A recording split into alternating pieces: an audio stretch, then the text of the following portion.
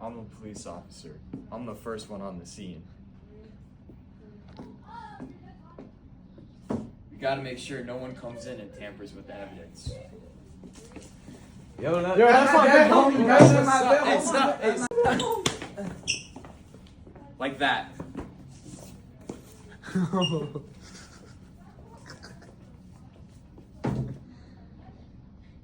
Nobody is allowed in the crime scene. Please leave. You're not allowed here. Richard, shoot, bro. What's your issue, bro? Now we have to lay down the common approach path. This is important so that we don't contaminate the evidence with our footprints or anything else.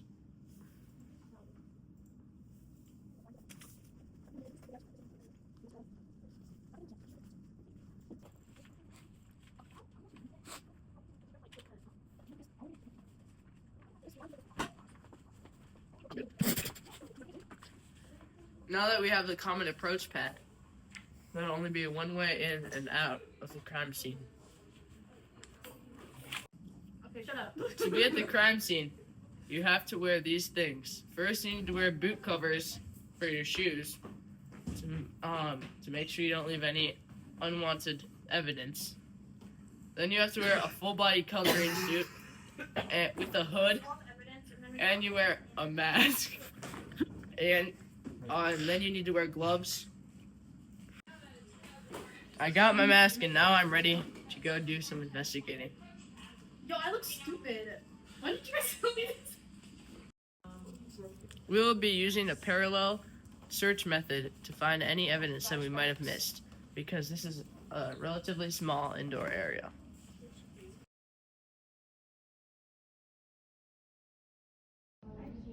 Now we will be laying down the evidence markers for each piece of evidence that we found, so that we can make sure that when we're referring to evidence, we know exactly which one we're talking about, and so we know where the evidence is.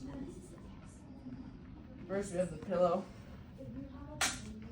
that has blood on it.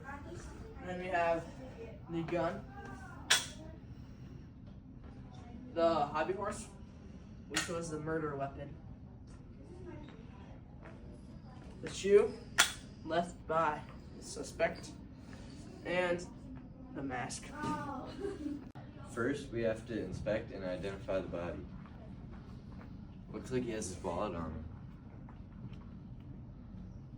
How'd you mark? Oh no! I will notify his kin right away. Since there's a pool of blood, it looks like he fell down and then began bleeding. So we have to look for a stab wound or a point of entry for a weapon. Oh, would you look at that? Right in the stomach. So we have to inspect the body. From the pool of blood and him not breathing, I think he's dead, maybe approximately 5 hours. Now that we've removed the body for autopsy, we can inspect the crime scene a little bit more openly. Alright, this is a film camera, not a digital camera. And I'm going to be taking a far shot, a mid-range shot, and a close-up shot without the ruler and with the ruler. Alright. Far shot, mid-range, and then without anything, and then with.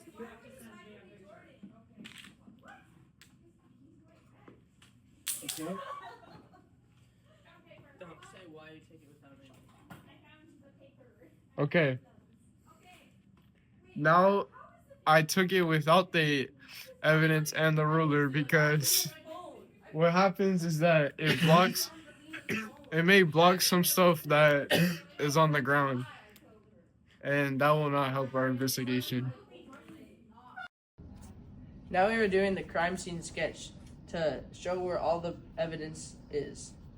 First, I sketched the scene, showing where everything in the crime scene is, and I put in the tables and the window to show where those are, as you can see here.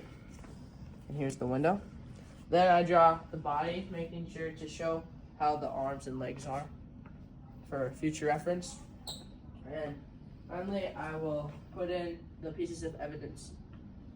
I need to put in their marker numbers and then label them down here, so we know which each number represents. And then I need to add the information to show the orientation, so that way is north. And I write that on here. I tell the date, I tell the time that I drew it, and I tell who drew it. I tell the address of where this is, and then finally I have to measure where each piece of evidence is to the wall at a right angle. So, for example, we'll do this shoe here that was left by the suspect.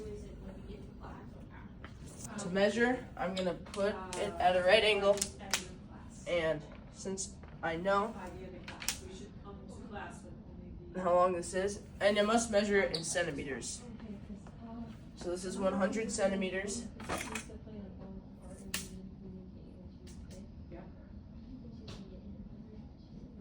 And plus 71, which would make it 171 centimeters to the wall here. So I'll mark that with the line, 171 centimeters. And then we have to do the other wall. And the wall that is closest to is this wall. So we'll measure here. This is 100 centimeters, we'll mark it. And go to the edge of the wall.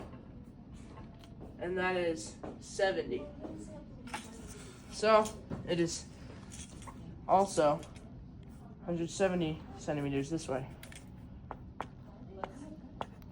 And then we will repeat that process for all the other pieces of evidence.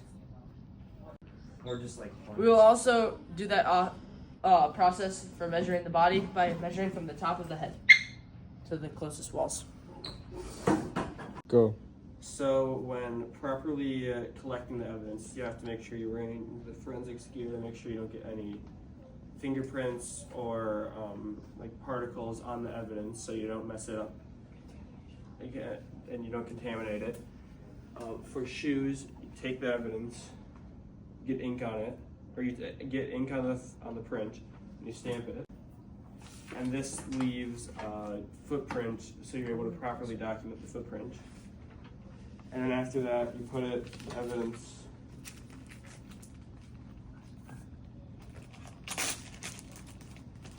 in a bag, seal it, make sure it doesn't get contaminated.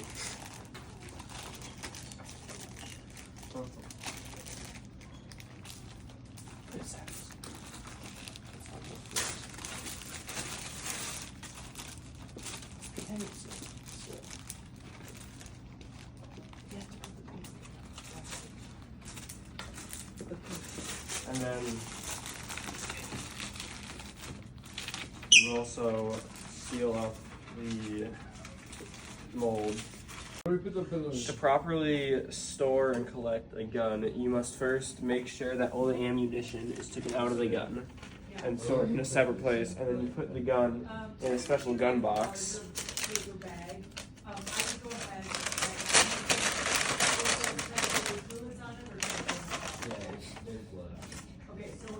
We then send the gun to the lab so it's able to be looked at to find markings and important pieces of evidence on the gun. What makes the gun box special is that it keeps the gun protected so it doesn't go off in like just a normal bag. Here we have evidence 28, just a hobby horse. So we're gonna put it in a big plastic bag.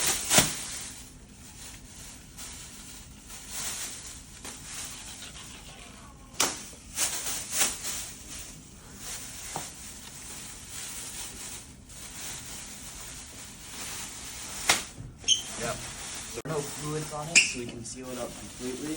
So we use one of our evidence seals. And I'll put my initials and the date.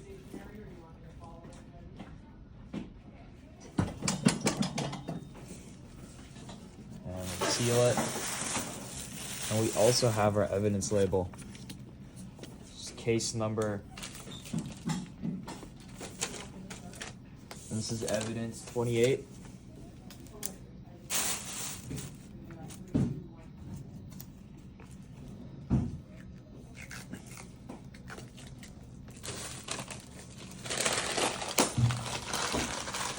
want to see what time it is? It's exactly 9 o'clock.